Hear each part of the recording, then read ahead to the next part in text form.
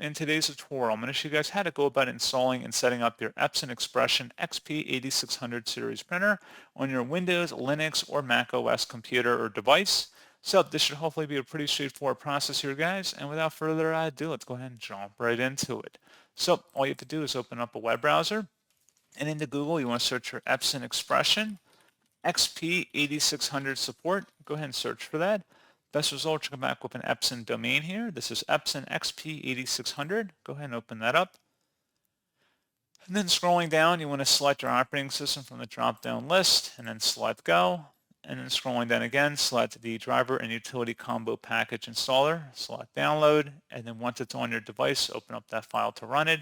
Should be a signed verified publisher from Epson. Select yes to proceed, and then just follow along with the on-screen prompts here, and it should allow you to obtain everything you need to use your Epson XP-8600 printer. Just follow along with the on-screen prompts, selecting wired or wireless printing options, as well as additional features you can install alongside of your printer. And that's pretty much it. So, as always, thank you guys for watching this brief tutorial. I do hope that I was able to help you out, and I do look forward to catching you all in the next tutorial. Goodbye.